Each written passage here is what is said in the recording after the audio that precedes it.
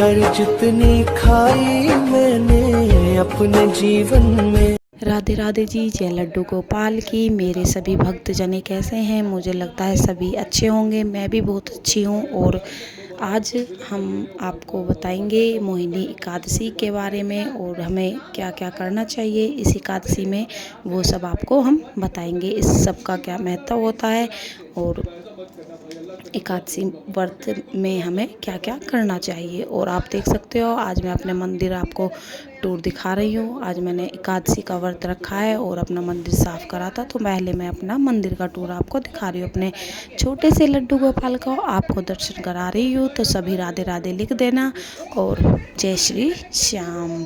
तो आज है एकादशी और एकादशी के बारे में हम आपको बताएंगे कि हमें क्या क्या करना चाहिए और हम आपको एकादशी की कथा भी सुनाएंगे। तो चलिए चलते हैं हम आगे की तरफ और सुनाते हैं आपको हमें क्या करना चाहिए। सबसे पहली बात, हमें अपने पितर देवताओं के लिए सबसे जो मेन होता है, हमारे जो पितर देवता होते हैं, हमारे जो भगवान जी होते हैं, हमारे लड्डू गोपाल जी होते हैं, हमारे श्री विष्णु भगवान होते हैं, वो हमसे कभी भी नहीं रूठते हैं, क्योंकि भगवान जी कभी अपने भक्त से रूठते नहीं हैं। तो जो हमारे रूठते, जो हमारे घर में कलेश होता है, जो भी होता है, वो हमारे सिर्फ पितर देवता रूठते हैं। तो हमें अपने पितर देवता को हमेशा आगे रखना चाहिए और उनकी पाठ पूजा टाइम से, समय से करनी चाहिए। तो यहाँ पे मैं आपको वो ही बता रही हूँ। तो हमें स्वर्गदान, भूमिदान, अन्नदान, गोदान, कन्यादान का पुण्य प्राप्त होता है अगर हम ये सब एकादशी के दिन करते हैं। एवं ग्रहण के समय स्नान दान करने से जो पुण्य प्राप्त होता है, कठिन तपस्या, तीर्थ यात्रा एवं अवश्य मेघादि यज्ञ करने से जो पुण्य प्राप्त होता है, इन सबसे अधिक पुण्य एकादशी का व्रत रखने से प्राप्त होता है। हमें एकादशी का व्रत, अगर हम पूरी साल में कोई व्रत ना करें, सिर्फ हम एकादशी का व्रत करते हैं, तो हमें इसका सबसे ज़्यादा फल मिलता है। सबसे ज़्यादा महत्व एकादशी के व्रत का होता है। एकादशी व्रत करने वाले पितृपुण्य को त्याग कर स्वर्ग में चले जाते हैं। एकादशी व्रत करने वाले के 10 पुरुष पितृपक्ष के 2 और 10 पुरुष मातृपक्ष के और 10 पुरुष पत्नी पक्ष के वैकुंठ को जाते हैं। दूध, पुत्र, धन और कीर्ति को बढ़ाने वाला एकादशी व्रत है। ऋषियों के कहने से विधि सहित इस एकादशी व्रत का महत्व तथा जन्म की कथा भगवान कृष्ण ने युधिष्ठिर को सुनाई थी। सतयुग में एक महाभयंकर राक्षस मूर्ध नाम का प्रकट हुआ। उसने अपनी शक्ति से देवता पर विजय प्राप्त की। अमरवती पुरी से नीचे गिरा दिया। बेचारा मत्र लोक की गुफाओं में निवास करने लगे और कैलाशपति की शरण में जाकर देवते के अत्याचारों का तथा अपने महान दुख का वर्णन किया। शंकर जी कहने लगे, आप भगवान विष्णु की शरण में जाइए। आज्ञा पाकर जब देवता क्षीर सागर में गए, वहां शेष की सैया पर भगवान शयन कर रहे थे। वेद मंत्रों द्वारा स्तुति करके भगवान को प्रसन्न किया। प्रार्थना करके इंद्र कहने लगे, एक नाड़ा जग नाम का दैत्य ब्रह्मा वंश से चंद्रावती नगरी से उत्पन्न हुआ। उसके पुत्र का नाम मूर है। उस मूर दैत्य ने अपने स्वर्ग से निकाल दिया। आपकी सूर्य बनकर कर जल का आकर्षण करता है। आप ही मेघ बनाकर जल बरसाते हैं। भूल को बड़े बड़े कर्मचारी देवता सब शरणार्थी बन चुके हैं। अतः आप उस बलशाली दैत्य को मारकर हमारा दुख दूर कीजिए। भगवान भोले, मैं तुम्हारे शत्रु का शीघ्र सहारा करूंगा। आप निश्चिंत होकर चंद्रावती नगरी पर चढ़ाई करो। मैं तुम्हारी सहायता करने को पीछे से आऊंगा। आज्ञा मान कर देवता लोग वहां आए, जहां युद्ध भूमि में मूर दैत्य गर्ज।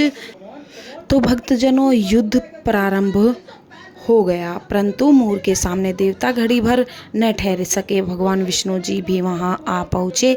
सुदर्शन चक्र को आज्ञा दी, शत्रुओं का सहारा करो। चक्र से चारों ओर सफाई कर दी। एक मूर दैत्य का सिर न काट सका और न गदा उसकी गर्दन तोड़ सकी। भगवान ने सारंग धनुष हाथ में लिया। बाणों द्वारा युद्ध प्रारंभ हुआ, परंतु शत्रु को मार न सके। अंत में कुश्ती करने लगे। हजारों वर्ष व्यतीत हो गए, प्रभु का दाव बंद एक न सफल हुआ। मौन दैत्य पर्वत के सामने कठोर था, प्रभु का शरीर कमल के सामने कोमल था, समान कोमल था। थक गए, मन में विश्वास की इच्छा उत्पन्न हुई, शत्रु को पीठ दिखाकर भाग चले। आपकी विश्वास भूमि पद्रिक्रम से वहाँ एक गुफा बहारम योजना की थी, हेमवती उसका नाम था, उसमें घुसकर सो गए। मूर देते भी पीछे पीछे चला आया तो भक्तजनों सोते हुए शत्रु को मारने के लिए तैयार हो गया। उस समय एक सुंदर कन्या प्रभु के शरीर से उत्पन्न हुई, जिसके हाथ में दिव्य शास्त्र थे।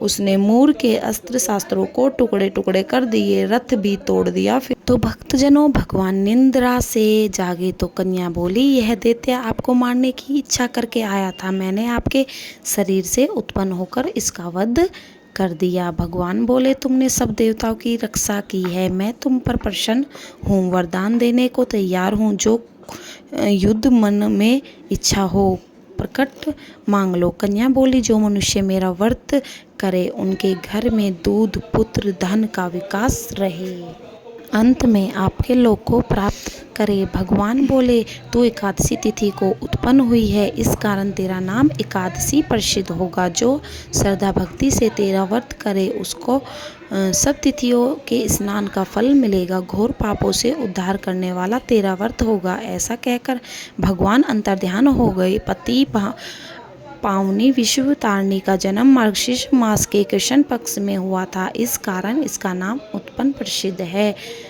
जय श्री श्याम, जय लड्डू गोपाल की। तो आप सभी भक्तजनों को मेरी एकादशी की कथा कैसी लगी ये कमेंट करके ज़रूर बताना।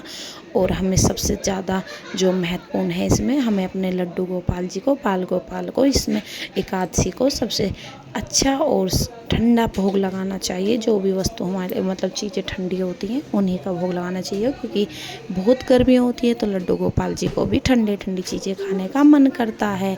तो इसलिए आप सभी भक्तजन आज अपने लड्डू गोपाल जी को बहुत प्यारा प्यारा अच्छा ठंडा ठंडा भोजन कराएं और उनको अच्छे भली भांति उनकी सेवा करें। और इस एकादशी पर आपको जो भी आपकी मन की इच्छा हो वो आप बोल सकते हो, और आपके मन की इच्छा ज़रूर पूरी करते हैं विष्णु भगवान। और एकादशी के व्रत का सभी को पता है, हिंदू धर्म में सबसे ज़्यादा महत्व दिया गया है, क्योंकि एकादशी का व्रत रखने वाला इंसान सीधा स्वर्ग लोक जाता है। तो आप सभी भक्तजनों को ये कथा कैसी लगी तो कमेंट करके ज़रूर बताना। और मेरे चैनल पे जो भी नए हैं वो लाइक कमेंट और चैनल को सब्सक्राइब कर लेना, ऐसी अच्छी नई वीडियो देखने के लिए।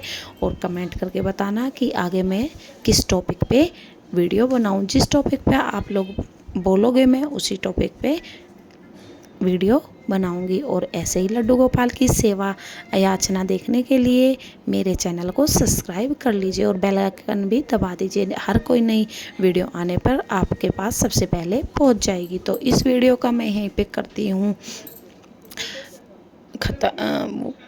हूँ और आप इस वीडियो को लाइक कमेंट और चैनल को सब्सक्राइब जरूर कर लेना। वीडियो आपको कैसी लगी कमेंट करके ज़रूर बताना।